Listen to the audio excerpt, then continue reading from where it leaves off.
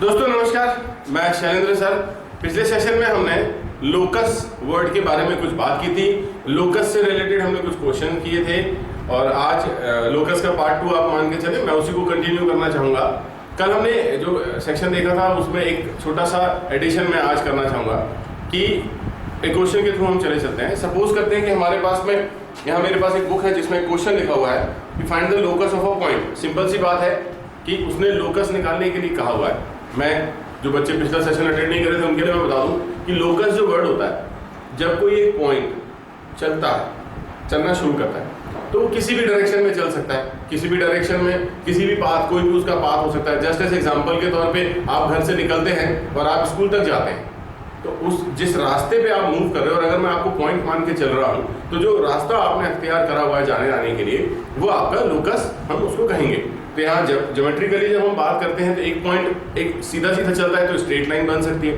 अगर एक point circular में चलता है तो उसका पाथ जो होता है वो सर्कल होता है। तो ये जो इक्वेशंस निकल के आंसर के तौर पे आती हैं, अब वो जिसकी भी है, अगर वो स्ट्रेट लाइन की इक्वेशन है तो हम कहते हैं कि the locus of a point is straight line. अगर वो एक सर्कल के तौर पे निकल के आता है तो हम कहते हैं कि the locus is a circular. तो इस तरह से ना आप लोकस वर्ड को समझेंगे सिर्फ इस तरह से कि एक पॉइंट जिस रास्ते पे मूव कर रहा है वो इक्वेशन के तौर पे आपको पता चल रहा है। और हमें कंडीशन क्या फॉलो करनी है, जैसे कि मैं क्वेश्चन आपसे पढ़ रहा हूँ कि find the locus of a point such that the line segment having and points. एक कोई लाइन सेगमेंट हमारे पास में है जिनके एंड पॉइंट्स हम ले लेते हैं। यहाँ पर दिया हुआ है, सपोज करो ये ए है जिसका एंड पॉइंट है 2 0 और यहाँ पर एक पॉइंट है जिसका कोऑर्डिनेट हो रहा है -2 0। ये हमारे लाइन सेगमेंट है, सॉरी हाँ -2 0। Subtend a right angle at that and. हमारे पास कोई पॉइंट है, सपोज करो वो पॉइंट यहाँ पर P, तो ये P जो है वो इसके साथ में जब हम इस तरह से ज्वाइन करा रहे हैं तो ये एक राइट एंगल फॉर्म कर रहा है। Then again let me read the question. Find the locus of a point. इस पॉइंट का लोकस हमें निकालना है, मतलब हमें ये पता लगाना है कि ये किस रास्ते पे चलेगा। ये भाई मूव कर सकता है ना ये पॉइंट, तो ये मूव करके कहाँ जाएगा हमें ये पता लगाना है। दूसरे नंबर पे क्या है, such that the line segment having and points. ये वाली लाइन सेगमेंट जिसके एंड पॉइंट हमको दिए गए हैं, having and points subtend a right angle. ये लाइन जो है ये एक राइट एंगल सबटेंड करती है उस पॉइंट के ऊपर में। अब जो भी डायग्राम मैंने आपको बताया, मैंने आपसे हमेशा कहा कि कोऑर्डिनेट ज्योमेट्री जब कभी भी आप डील करें तो ज्यादा डिपेंडेंसी आप शो कर सकते हैं अपने फिगर्स के ऊपर में। अगर डायग्राम आपने सही बना लिया तो काफी सारी आइडियोलॉजी आप तैयार कर सकते हैं। सच एज अगर मैं इसमें जनरल नॉलेज के तौर पे बात करूं, चलिए जाने दीजिए, हम लोकस को एक तरफ रखते हैं। कल की जो क्लास थी हमारी उसके बाद में अगर जो मैं एड ऑन करने के लिए एक टॉपिक मेरे पास था वो ये था कि हम अक्सर ये करते हैं कि लोकस के जब क्वेश्चन सॉल्व करते हैं तो हम इन पॉइंट्स को एच के लेते हैं और बाद में जब हमारे पास इक्वेशन आती है एच के फॉर्म में, हम उन्हें एक्स और वाई के फॉर्म में रिलेट करा लेते हैं, कन्वर्ट करा लेते हैं और हम ये कहते हैं कि लोकस जो है वो हमारा एक्स वाई के फॉर्म में जो इक्वेशन है वो बन जाएगी। तो वो बातें हम अभी करेंगे। लेकिन अगर मैं जनरल नॉलेज के तौर पे आपसे पूछना चाहूँ कि ये जो डायग्राम आपको दिख रहा है, जो फिगर आपको दिख रहा है, इस फिगर के बारे में आपको क्या जानकारी है, तो डेफिनेटली आप कहने वाले हैं कि sir it's looking like a right angle triangle. आपको दिख रहा है, सभी को दिख रहा है, क्योंकि यहाँ पर 90 डिग्री टर्म हमने यूज करी तो राइट एंगल ट्रायंगल। दूसरे नंबर पे आप सभी कहने वाले होंगे कि सर मैं आपसे अगर पूछूं कि और क्या पता है आपको, और इस फिगर के बारे में क्या पता है, जितना भी आपने कोऑर्डिनेट ज्योमेट्री सेक्शन चाहे 10th में स्टडी किया हो, अब तक स्टडी कर लिया हो, उसके बारे में आपको क्या पता है, तो इजी गोइंग आप कहना चाहेंगे कि सर हमें ये पता है कि हम AB की डिस्टेंस काउंट कर सकते हैं, that is 2 + 2 whole square plus 0 - 0 whole square, that is no meaning. यहाँ पर हो गया 4 स्क्वायर माने 4 AB निकल गया। हम बात कर सकते हैं AP इज दिस वन, तो यहाँ पर हम लिख सकते हैं H - 2 whole square plus A - 0 whole square. And then हम बात कर सकते हैं BP, ये डिस्टेंस फॉर्मूला हम लगा रहे हैं तो हमें डिस्टेंस फॉर्मूला मालूम है तो हमने लगा दिया, प्लस K - 0 हो गया। सो हमने डिस्टेंस फॉर्मूला लगा दिया, तीनों साइड निकाल ली। इसके बाद भी क्या कोई चीज ऐसी रह जाती है जो आप जानते हो, तो डेफिनेटली आप कॉन्फिडेंटली हाँ कहने वाले कि हाँ सर हमें मालूम है कि जब कभी भी राइट एंगल ट्रायंगल दिया होता है तो हम वहां पर पाइथागोरस थ्योरम भी अप्लाई कर सकते हैं। डेफिनेटली देखिए, अगेन मैं आपको एक बात बोलना चाहूंगा, हम क्वेश्चंस डील कर रहे हैं बेस्ड ऑन लोकस। तो लोकस वाले सवाल जब हम डील कर रहे होते हैं तो हमें करना क्या है, सॉल्यूशन करते वक्त आप जब क्वेश्चन रीड करेंगे, जब खुद के बेस पे आप क्वेश्चन बनाने जाएंगे तो सबसे बड़ी प्रॉब्लम आपके सामने यही आने वाली है कि सर हम करें क्या। सॉल्व कैसे करते हैं, उसमें क्या एप्लीकेशन अप्लाई करी जाती है, यहीं पर बच्चा अटक रहा होता है। उसे पता ही नहीं कि करना क्या, क्योंकि वो बताता नहीं है कि क्या करना है। उसने तो सिर्फ ये बोल दिया कि फाइंड द लोकस। जब सिर्फ फाइंड, अभी कई बार होता है यार, अगर मैं आपको 2 पॉइंट दूं, ये 2 पॉइंट दूं, मैं आपसे कहूं कि फाइंड द डिस्टेंस, तो आप क्या करोगे? डिस्टेंस फॉर्मूला लगा दोगे। अगर मैं आपसे बोलूं कि भाई साहब इसका आप रोटेशन कीजिए एक्सेस पे, तो आप क्या करोगे? रोटेशन। मैं बोल रहा हूं ना क्या करना है, लेकिन लोकस वाले के जो क्वेश्चंस होते हैं ना, उसमें बोला नहीं चाहता कुछ, बस ये कहा जाता है कि फाइंड द लोकस, मतलब वो बात पता लगाइए जिस पे हमारा पॉइंट मूव कर रहा है। तो हमें करना क्या होता है, या तो कंडीशन गिवन है, जैसे कल हमने पिछले सेक्शन में जो देखा था उसमें कंडीशन गिवन थी कि 2 डिस्टेंस दिए थे जिनको हमेशा सम करने पे एक पर्टिकुलर अमाउंट आ रहा था, तो हमने क्या किया? डिस्टेंस को सम कर दिया था, उसको सॉल्व किया। यहाँ पर हमारे सामने क्या दिया हुआ, जो भी डिटेल दी उसको हमने अपने बेसिक फॉर्म में ले आए। अब यहाँ देखने के बाद हमको क्या पता चलता है कि हम पाइथागोरस तो अप्लाई कर ही सकते हैं और कुछ नहीं कर सकते, इसलिए पाइथागोरस कर सकते हैं। तो पाइथागोरस जब हम अप्लाई करते हैं तो अकॉर्डिंग टू पाइथागोरस थ्योरम क्या हो जाता है, आप लिख भी सकते हैं in triangle APB using Pythagoras theorem. तो क्या बनता है हमारे बीच में? AB square I think is the largest side, है ना। उसके बाद में आप बोलेंगे कि सर ये बनेगा AP square plus BP square, since having square to each of the term, square लिखिए यहाँ पे हर टर्म में, दैट इज व्हाई यहाँ पर जो रूट लगा हुआ है वो आपको रूट लगाने की जरूरत नहीं है। तो यहाँ AB की वैल्यू हमारी 4 आई थी, AB स्क्वायर हमें लिखना है डायरेक्टली 16, AP की जो वैल्यू है हमारे पास में हम लिखेंगे h minus 2 whole square plus k square, plus यहाँ पर हम लिखेंगे h plus 2 whole square plus k square. इतना हमने सिंपली ब्रेक कर लिया। अभी और फॉर्मूला आप ओपन कर लें, फॉर्मूला ओपन करते हैं तो 16 is equal to h square minus 4h plus 4 plus k square plus h square plus 4h plus 4 plus k square. यहाँ सिंपली माइनस 4h और प्लस 4h जो है वो कैंसिल हो रहे थे। अब ये 16 को भी आप राइट हैंड साइड पे ले चलिए और जो रिमेनिंग बचा हुआ है उसे हम अच्छे से करके लिखते हैं। तो यहाँ h स्क्वायर है, h स्क्वायर है, how much is it? It is 2h square. यहाँ पर k स्क्वायर है, यहाँ पर भी k स्क्वायर है, how much it becomes 2k square. Then 4h तो हमने कैंसिल कर दिया था, k वाली कोई टर्म सिंगल में है। ये 16 हम वहां लेके गए, यहाँ पे था 4 और 4 8, जब 16 वहां चला गया तो कितना बन गया हमारे पास में? Minus 8 is equal to 0। Each and everything is good. अब अगर इसमें से मैं 2 कॉमन निकाल के ट्रांसफर करूं तो मेरे पास इक्वेशन आ रही है h square plus k square minus 4 equals to 0। अब यहाँ के बाद सॉल्व करने के लिए कुछ बचता नहीं है। तो when you are going to find out the value locus, आप टर्म लोकस के बारे में जब बात कर रहे हैं और हम बात करेंगे कोऑर्डिनेट ज्योमेट्री के रिस्पेक्ट में जाके, तो आपने एक काम करना है कि जो h और k है उसे आप रिप्लेस करा दिए x और y से। तो यहाँ पर आप लिखने वाले हैं x स्क्वायर, यहाँ पर आप लिखने वाले हैं y square is equal to 4। अब फिर से मैं एक आपको बेसिक नॉलेज देना चाहता हूँ, दैट्स माय आंसर, बट मैं आपको बताना चाहता हूँ कि ये इक्वेशन किसको रिप्रेजेंट करती है, ये आपको अभी जान लेना अच्छा है। कल आपने देखा स्ट्रेट लाइन को कैसे रिप्रेजेंट करे थे, दूसरे नंबर पे कल आपने देखा इलिप्स को कैसे रिप्रेजेंट करे थे। आज आप देखिए कि ये इक्वेशन काहे का होता है, तो ये इक्वेशन होता है सर्कल का। अब ये सही है या गलत है, ये बारे में मैं आप ही से जानकारी लेना चाहूंगा कि वेदर इट इज राइट और रॉन्ग। हमें कहा गया था 2 पॉइंट लेने हैं, ठीक है, 2 पॉइंट कुछ इस तरह से लेने हैं, ये 2 पॉइंट हुए, ठीक है, गॉट इट। ये 2 पॉइंट ऐसे लेने हैं कि एक तीसरा पॉइंट है, कोई भी तीसरा पॉइंट, उनको जब भी मैं इन दोनों कॉर्नर से ज्वाइन करूं तो वो हमेशा क्या बना के देगा? 90 डिग्री। आपने ऐसा ही एक थ्योरम पिछली क्लास में पढ़ा हुआ होगा, जब आप डायग्राम इस तरह से बनाते थे and you were set to be draw a figure like this, then can you tell me what angle is it? 90, okay then, and what angle is it? Now can you tell me what angle will it be? Means on the circumference of the circle wheresoever I will take P, मैं कहीं पर भी P लूं तो कितना degree बनने वाला है? 90, because this was a theorem, angle in a diameter subtend 90 degree at the remaining part। याद आया आपको? Angle in the same segment वाले थ्योरम से आप पढ़ते थे कि डायमीटर पे जो एंगल बनता है वो 90 डिग्री का होता है। और हमें P कहाँ लेने के लिए गया था? P कहीं भी हम ले सकते हैं, उसको तो लोकस निकालना था। अब P बताइए, अगर हमने मूव कराना स्टार्ट किया तो P हम कहाँ पे मूव करा सकते हैं? एक सर्कुलर पाथ में। Are you getting this?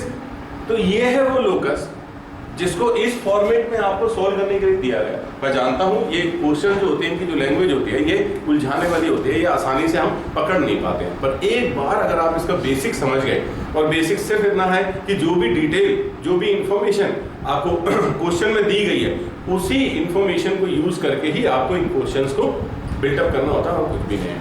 Guys एक और क्वेश्चन अगर आप चाहें तो हम देख सकते हैं, मैं सॉल्व करके नहीं बताऊंगा, मैं सिर्फ हिंट करूंगा, अगर ऐसा लगेगा तो हम उसको सॉल्व भी करेंगे।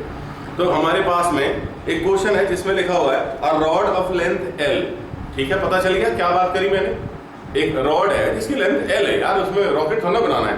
A rod of length L slides between two perpendicular line, अब दो परपेंडिकुलर लाइन है, उनके बीच में स्लाइड कर रही है, तो it's not a rocket science.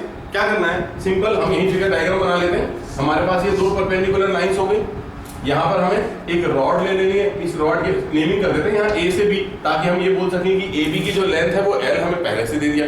Then इसने क्या कहा, find the locus of a point on the rod. Okay, then हमें रॉड के ऊपर एक पॉइंट निकालना है। रॉड के ऊपर आप कहीं भी एक पॉइंट ले सकते हैं, बहुत सारे पॉइंट, इनफाइनाइट पॉइंट है, हमने एक पॉइंट रॉड के ऊपर अज्यूम करना है, और क्या करना है उस पॉइंट का हमें on the rod which divides it in the ratio 1:2, मतलब वो जो पॉइंट है वो पॉइंट यहाँ भी हो सकता है और यहाँ भी हो सकता है। आपको मालूम है अगर मैं यहाँ लेता तो वो 1:2, ये वाला जो P है सपोज करें, ये AP और ये PB, ये आपके 1:2 के फॉर्म में डिवाइड कर रहा है। P के कोऑर्डिनेट आपको क्या लेने होंगे, P के कोऑर्डिनेट आप ले सकते हैं H और K, जैसा कि हमने प्लान किया हुआ है, ठीक है। अब यहाँ सवाल ये पैदा होता है कि what it would be and what this would be, ये दोनों क्या हो सकते हैं, हमें ये देखना है। हमारे पास AB की जो लेंथ है वो L है, हम ये अच्छी तरह से जानते हैं। तो यहाँ पे बड़ा सिंपल, बड़ा बेसिक सा आपका एक लॉजिक यूज करना है आपने, वो ये है कि अगर मैं कहूँ, देखिए मैं आपको ना लोकस के पास लेके जा रहा हूँ, लेकिन लोकस के पास जाने के लिए आपको सबसे पहले अपनी गाड़ी में पेट्रोल फुल करना है, और आपकी गाड़ी का पेट्रोल है आपके द्वारा इकट्ठा किया गया नॉलेज जो पिछली क्लासेस में है, ठीक है। अगर मैं आपसे कह रहा हूँ कि this part is 1 and that part is 2, और यहाँ पर मैंने H के लिखा हुआ है, तो क्या हम H और K की वैल्यू निकाल सकते हैं अगर हम यहाँ के कोऑर्डिनेट अज्यूम कर लें। भाई अगर ये दो परपेंडिकुलर लाइन है और इन दोनों परपेंडिकुलर लाइन को मैं ऐसा एक्सेस मान रहा हूँ, x एक्सिस y एक्सिस, तो यहाँ का कोऑर्डिनेट सपोज करो मैंने ले लिया है A0, ये लेंथ अलग है, तो यहाँ के कोऑर्डिनेट हम क्या अज्यूम करेंगे, 0B। अगर हमने यहाँ A0 लिया हुआ है, यहाँ पर 0B लिया हुआ है, ठीक है, आप समझ रहे हैं। ये वाली लेंथ जो है, ये लेंथ कितनी हमारी B, और ये वाली जो लेंथ है ये लेंथ कितनी हमारी, ये A है, ठीक है। तो सेक्शन फॉर्मूला लगा के क्या हम इस पॉइंट के कोऑर्डिनेट निकाल सकते हैं, ये हमने कब सीखा हुआ है, 10th में। पिछली क्लास में हमने 10th में देखा हुआ है कि how we apply section formula to determine the value of H and K in such kind of diagram. तो सबसे पहले आप यही काम कर लीजिए, और वो ये आपको कहने वाला है कि यहाँ मैं हाइड ना करूँ, यहाँ अगर मैं H की वैल्यू निकाल रहा हूँ, ठीक है, तो this into this, this into this, like that section formula. तो क्या हो जाने वाला है, H is equal to 2 into A plus 1 into 0 upon 2 plus 1। Can see it clearly, 2 into A, 1 into 0 और 2 plus 1 by the section formula. So that what we have here, H is equal to 2A upon 3. It is simple, very simple.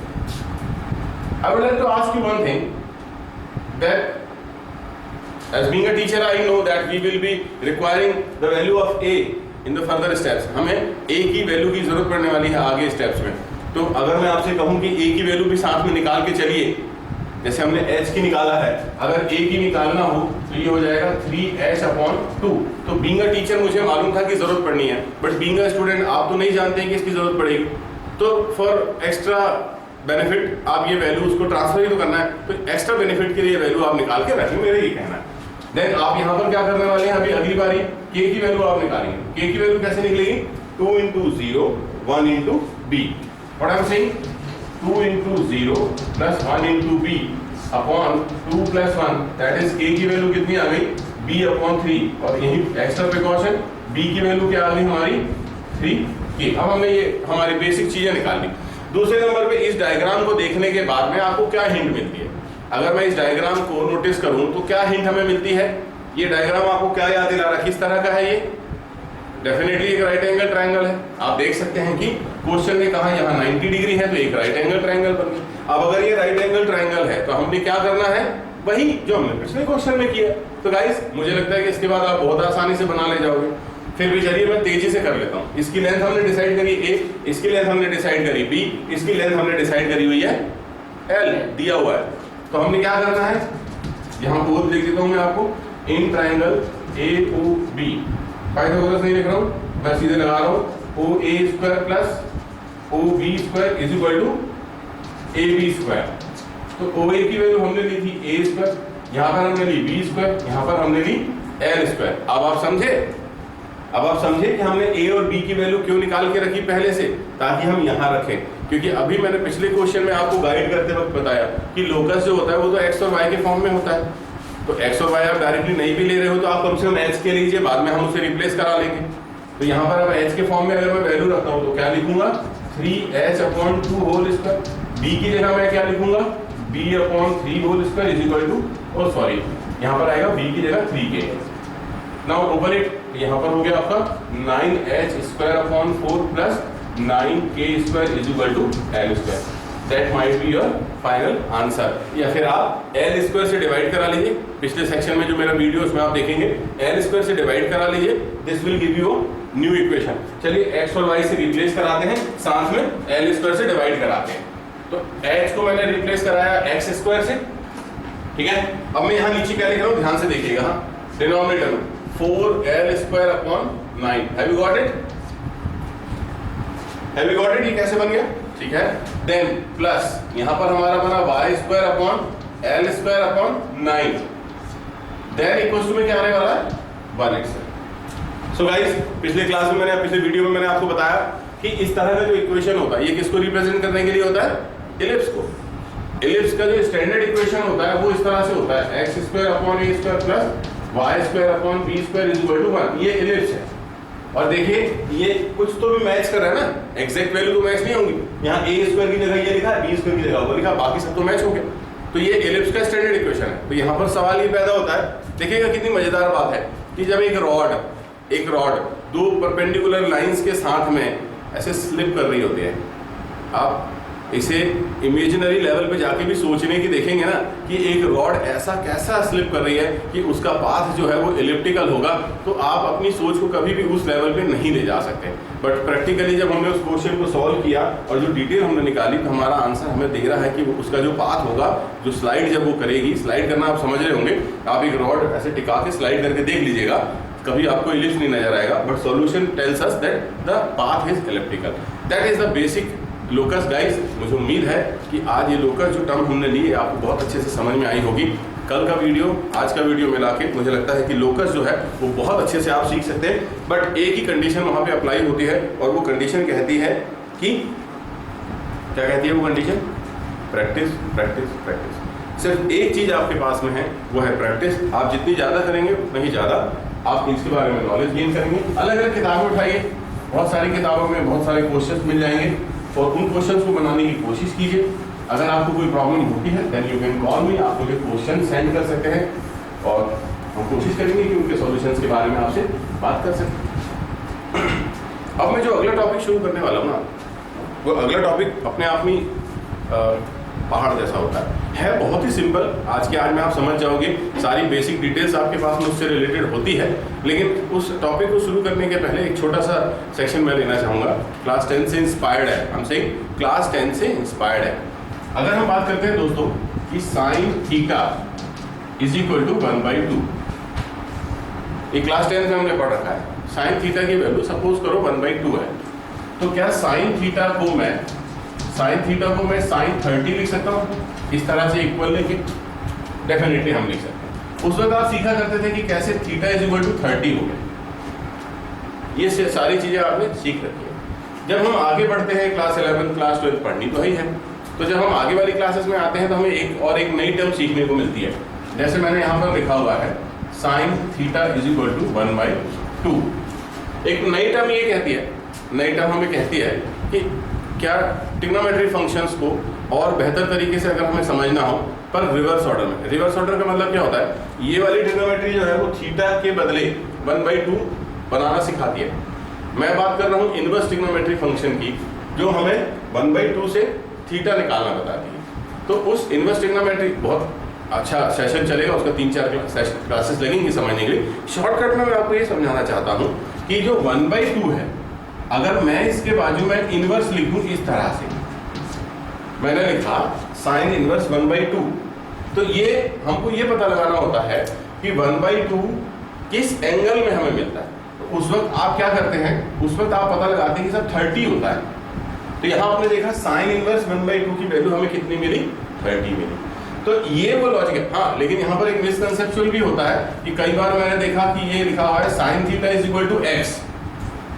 तो बच्चों से पूछो inverse trigonometry बनानी है, तो बच्चे बोलते हैं सर ये साइन जो है इसको ट्रांसफर कर लो, तो theta is equal to sine inverse x. ये लिखा बिल्कुल सही है, लिखा बिल्कुल सही है, लेकिन जो बोल के बताया जा रहा है वो एकदम गलत है। ये जो ट्रिग्नोमेट्री है ना, ये ट्रांसफर करने वाला कोई अलजेब्रिक टर्म नहीं है, जैसे आपने यहाँ से उठा के यहाँ ट्रांसफर कर दिया। ये ट्रांसफर तब हो सकता है जब थीटा के साथ ये मल्टीप्लाई में हो, बट डेफिनेटली गाइस ये दोनों मल्टीप्लाई में नहीं है। तो कभी भी ये मत सोचना कि ये साइन जो है वो उठ के ट्रांसफर हो जाता है। बेसिकली होता क्या है कि हम sine inverse sine theta is equal to sine inverse x, इसको कहा जाता है taking inverse both side. Sine inverse दोनों तरफ हम अगर अप्लाई करते हैं इस तरह से, तब आप ये बात कर सकते हैं कि this sine and this sine can be cancelled, so the remaining will be theta and the value of theta is equal to sine inverse x. This is a function, separate function. और जब भी कोई एक function होता है तो उसके पास एक डोमेन होती है, एक रेंज होती है। वो ट्रांसफर करने वाली बात था बिल्कुल भी मेरे को तो नहीं अच्छी लगती, तो गलत तरीके से मत सीखिएगा। इनवर्स ट्रिग्नोमेट्री फंक्शन इस तरह से काम करती है। एक बात जो आपको कान खोल के अपने दिमाग में लगानी है अभी के अभी, वो ये है कि मैं यहाँ 3 टर्म लिख रहा हूँ। पहली है साइन इनवर्स एक्स, दूसरी होगी कॉस इनवर्स एक्स, और तीसरी होगी टेन इनवर्स एक्स। बहुत 11th में इन चीज़ों की जरूरत पड़ती है, इसलिए आज हम इसके बारे में बात करें। इसके पहले जो आपने पढ़ा हुआ है अप टू द क्लास 10 आपने पढ़ रखा है साइन थीटा। मैं थोड़ा सा ऊपर लिख रहा हूँ, साइन थीटा, गॉट इट। यहाँ पे आपने पढ़ रखा है कॉस थीटा, आपने पढ़ रखा है टेन थीटा। तो आप यहाँ थीटा की अलग अलग वैल्यूज रखते हो, आप यहाँ पर थीटा की अलग अलग वैल्यूज रखते हो। जैसे आपने थीटा की वैल्यू रखी 0, तो जब आपने 0 रखी तो आंसर कितना आया, 0। जब आपने 30 रखी, देखिए ये थीटा की वैल्यू आपने 30 रखी, तो आपका आंसर कितना आया, 1/2। ये आपने 45 रखी तो आपका आंसर आया 1/√2। आपने 60 रखी तो आपका आंसर आया √3/2, और आपने 90 रखी तो आपका आंसर आया 1। ये किसके लिए आया, हमारा साइन थीटा के। तो गाइस मैं आपको जो बताना चाह रहा हूं, जिस तरह से ये थीटा की वैल्यू डिफरेंट, ये डिफरेंट थीटा की वैल्यू के लिए आंसर आपको ये मिलते हैं, इसी तरह से इनवर्स ट्रिग्नोमेट्री फंक्शन में x की डिफरेंट वैल्यूज के लिए आंसर ये मिलते हैं। ये खेल डोमेन और रेंज का है। जो टर्म थीटा की जगह पर आती है वो डोमेन बनती है, और जो उसके आंसर आते हैं वो रेंज बनते हैं। इनवर्स ट्रिग्नोमेट्री फंक्शन में जो आंसर आते हैं, न्यूमेरिकल आंसर, जो वैल्यूज आई हैं रेडियन में जो आई हैं, वो जो वैल्यूज हैं वो वैल्यू डोमेन बनती है, और जो थीटा के फॉर्म में हमारे आंसर हमको मिलते हैं वो रेंज बनते हैं। तो एक फंक्शन की बेसिक डेफिनेशन होती है इट मस्ट कंसिस्ट डोमेन और रेंज। तो हमारे पास 2 अलग अलग फंक्शन है, आप याद रखिएगा। हमारे पास साइन थीटा एक फंक्शन है, हमारे पास साइन इनवर्स एक्स एक फंक्शन है। लेकिन इसमें जो हम यूज करते हैं, हम यूज करते हैं एंगुलर वैल्यूज, और इसमें जो हम यूज करते हैं ये हम न्यूमेरिकल वैल्यूज। आप इस तरह से समझ सकते हैं। अभी जो आपने x की जगह रखनी है वो न्यूमेरिकल वैल्यू है, थीटा की जगह जो रखनी है वो हमारी एंगुलर वैल्यू है। एंगुलर वैल्यू कैसी होती है, 0, 30, 45, 60, 90 डिग्री के तौर पे।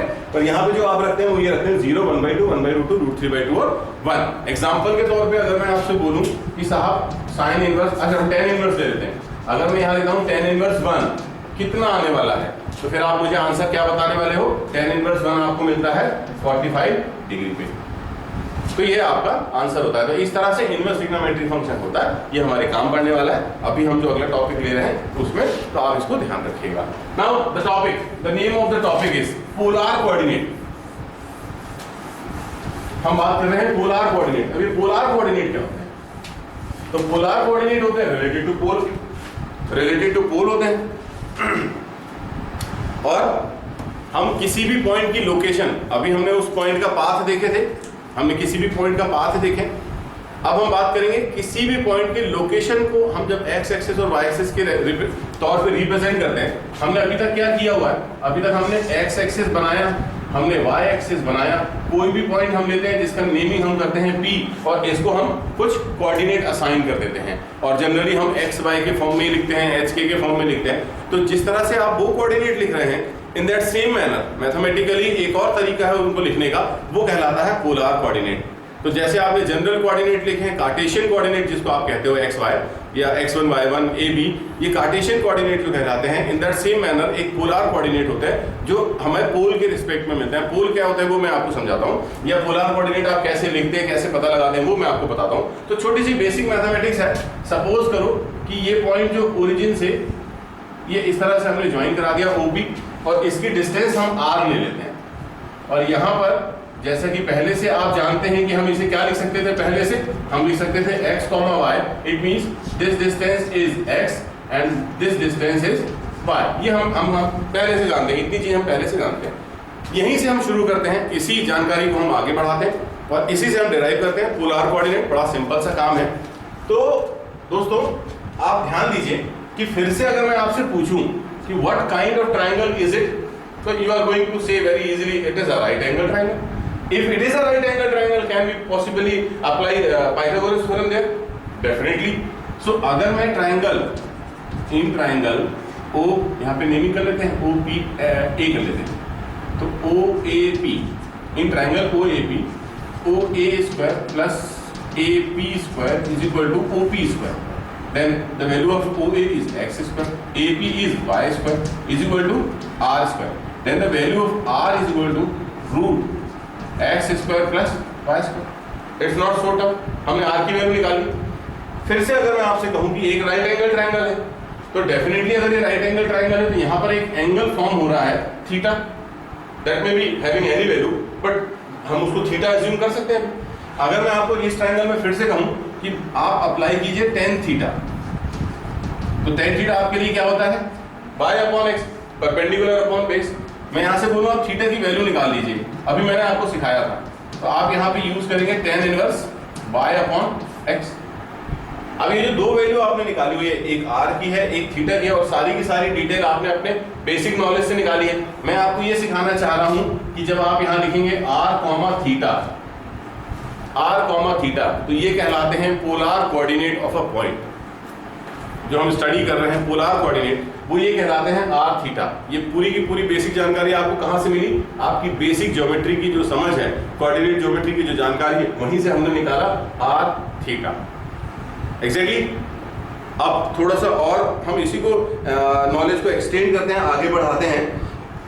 आगे कुछ ऐसे बढ़ाते हैं कि क्या ये जो राइट एंगल ट्राइंगल है, हमारे पास थीटा भी है, ये एक राइट एंगल ट्राइंगल भी है, तो क्या हम इसमें ट्रिग्नोमेट्री अप्लाई कर सकते हैं, जो ट्रिग्नोमेट्री हमने पढ़ी हुई है। किस तरह की ट्रिग्नोमेट्री, अगर मैं आपसे यहाँ पर कहूँ कि can you determine the value of sine theta, sine theta कितना होता है, आप कहेंगे sir P by H, definitely.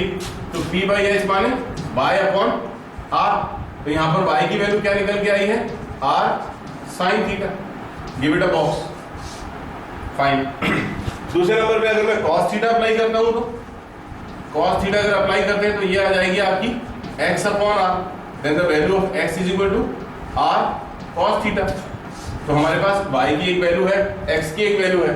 तो दोस्तों क्लियरली आपको ये जो दिख रहा है कि सर यहाँ पे x और y लिखा था, आप ही ने लिखा था, आप एग्री थे कि यहाँ के कोऑर्डिनेट अपन x y ले सकते हैं। अगर x की वैल्यू मेरी r cos थीटा है और y की वैल्यू है आई r sin थीटा, तो ये कोऑर्डिनेट भी इस कोऑर्डिनेट को ही रिप्रेजेंट कर रहे हैं। इसमें आपको कोई तकलीफ नहीं होनी चाहिए। मुझे नहीं लगता है कि it's a rocket science, simple सी मैथ्स है, सिर्फ हमने एडजस्टमेंट किया हुआ है और आप एग्री करेंगे कि सर जो भी कोई सॉल्यूशन है हमको पहले से आता है, आपको पहले से आता है। बट गाइस ये और ये कहलाते हैं पोलर कोऑर्डिनेट। आपको ध्यान रखना है, आपको इन्हें बहुत अच्छे से याद रखना है, क्योंकि पूरी कोऑर्डिनेट ज्योमेट्री के दौरान बतौर पोलर कोऑर्डिनेट तो मैं नहीं कहूँगा, लेकिन कोऑर्डिनेट के तौर पे ये सब बहुत काम आते हैं, बहुत ज़्यादा काम आते हैं। और जब हम पैराबोला पढ़ेंगे और एलिप्स पढ़ेंगे ना, तब आप बिलीव नहीं करोगे कि एक पॉइंट, जैसे हमने एक पॉइंट को 3 इसमें कन्वर्ट किया। देखिए एक्स वाई हम पहले से जानते थे, हमने उसको आर थीटा में कन्वर्ट किया, as well as r cos theta, r sine theta में कन्वर्ट किया। इसी तरह से पैराबोला जब आप पढ़ोगे तो एक पॉइंट के आपको 4 कोऑर्डिनेट सीखने को मिलेंगे और वो सब के सब ध्यान रखने पड़ेंगे। ध्यान रखने का कारण एक ही है, कॉम्पिटिटिव लेवल पे ये सब चीज़ें बहुत काम आती हैं। और जब एग्जाम में आती हैं और अगर आपको नहीं याद रहे तो याद रखने का सवाल कहाँ है, कौन सी हमने बड़ी मैथमेटिक्स करनी है, सिंपल सी मैथ्स है, अप्लाई करना है, नया नया चीज़ें सीख जाना है।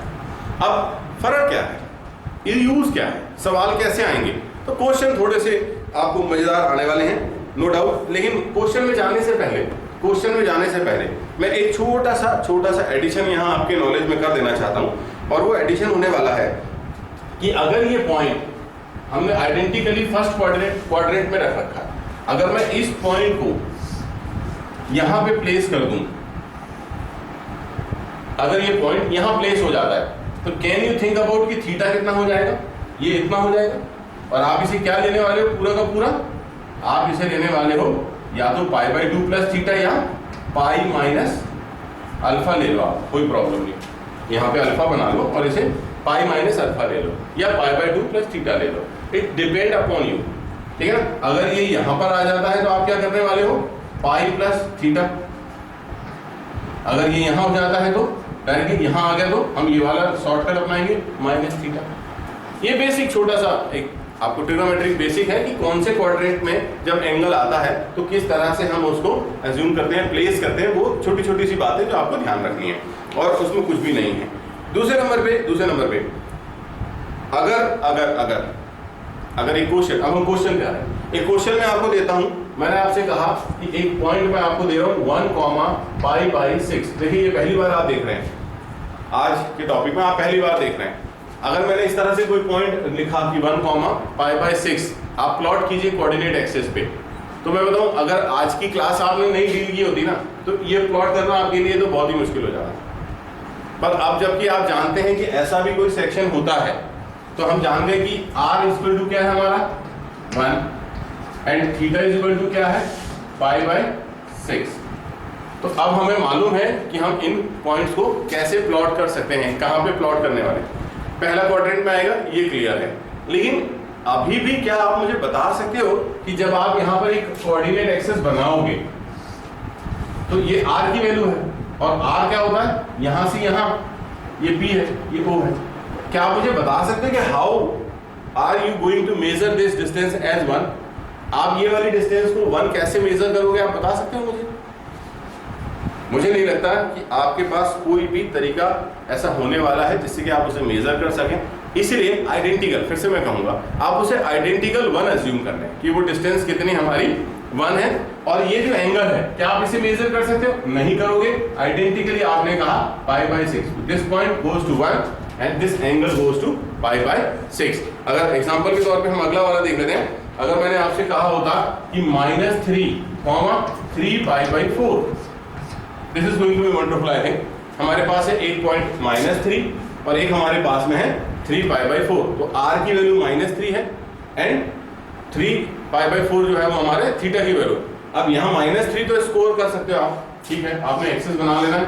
-3 आपको यहाँ पे मिल गया, ये पॉइंट मिल गया। अभी ये पॉइंट मिला, प्लॉट नहीं करे हमने। अब 3π/4 कितना होता है बॉस?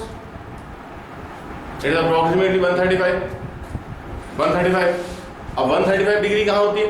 तो अभी हमने यहाँ पे बात करी कि ये जो एंगल होता है या तो आप 90 प्लस थीटा ले लें या 180 माइनस अल्फा ले लें, आपको डिपेंड करता है।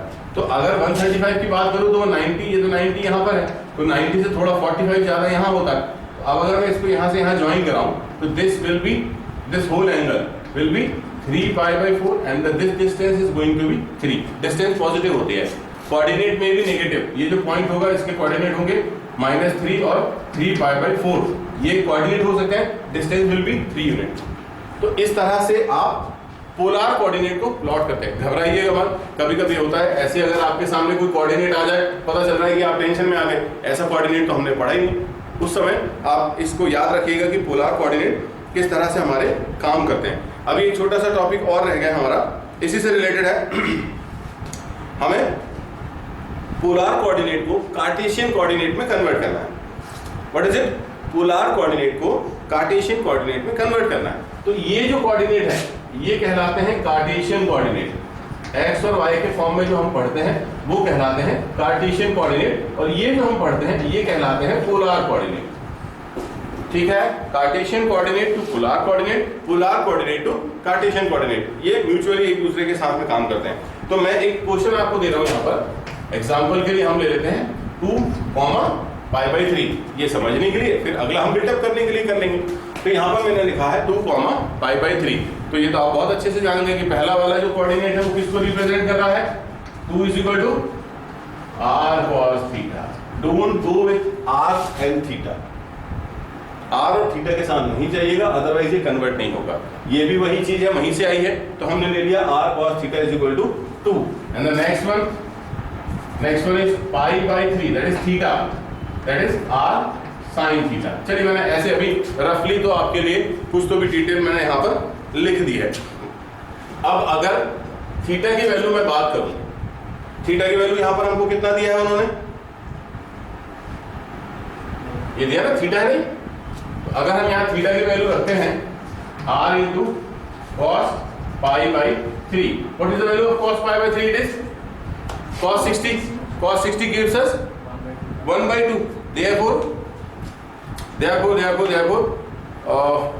hook up here, hang up, हम ऐसे नहीं करते, हमें x और y के फॉर्म में चाहिए ना, x और y तो आएगा ही नहीं, हम x = ले लेते हैं r cos थीटा, ठीक है, r की वैल्यू है 2, थीटा की वैल्यू है π/3, अब x की वैल्यू हम यहां से निकालेंगे 2 × cos π/3, ऐसा निकालते हैं तो हमें x मिलेगा, तो यहां पर हो गया 2 × 1/2, 2 से 2 कैंसिल, x की वैल्यू आ गई 1, ये ज्यादा बेहतर है, मुझे ऐसा लगता है। पिछला वाला जो सॉल्यूशन था गलत तो कुछ भी नहीं होता है, मैथ से गलत नहीं था, पर उसमें r की वैल्यू निकल रही थी, x और y नहीं निकाला था, हमें x और y चाहिए था। अब हम यहाँ पे क्या करेंगे, y = r sin थीटा लेंगे, y की वैल्यू कितनी दी हुई है, कुछ भी नहीं दी हुई, तो निकालना है, ये r कितना दिया है 2, थीटा कितना दिया हुआ है अगेन π/3, तो यहाँ पर y = 2 × √3/2, 2 से 2 कैंसिल, y की वैल्यू आ गई मेरी √3। तो ये हो गए मेरे कार्टेशियन कोऑर्डिनेट, ये हो गए कार्टेशियन कोऑर्डिनेट। वो जो ऊपर दिया था वो क्या हो गया, पोलर कोऑर्डिनेट। तो हमने क्या किया, कन्वर्जन किया polar coordinate to Cartesian coordinate. अगर एक क्वेश्चन और आप करना चाहते हैं तो वेल एंड गुड, अगर उल्टा करना है, हमें रिवर्स ऑर्डर में देखना है, हमने पोलर को कार्टेशियन में कन्वर्ट किया, अब हम क्या करते हैं, कार्टेशियन को पोलर में कन्वर्ट करते हैं। क्लियर? हमारे पास एक क्वेश्चन दिया हुआ है 2, -3। अब आपके पास दो किस्म के कोऑर्डिनेट यहाँ पर बोर्ड पे लिखे हुए आप देख सकते हैं। आपके पास ये भी एक कोऑर्डिनेट है and that is also another coordinate. तो आप देख सकते हैं कि ये जो कोऑर्डिनेट है ये आपको दिखने से ही पता चल रहा है कि ये पोलर कोऑर्डिनेट है। आप वहां पे अगर देखते हैं तो आपको देखने से पता चलता है कि ये कार्टेशियन कोऑर्डिनेट है। तो अब हम क्या करने वाले हैं, कार्टेशियन कोऑर्डिनेट को पोलर कोऑर्डिनेट के फॉर्म में कन्वर्ट करना हम देखेंगे। तो ये हम जानते हैं कि ये x कहलाता है और ये y कहलाता है।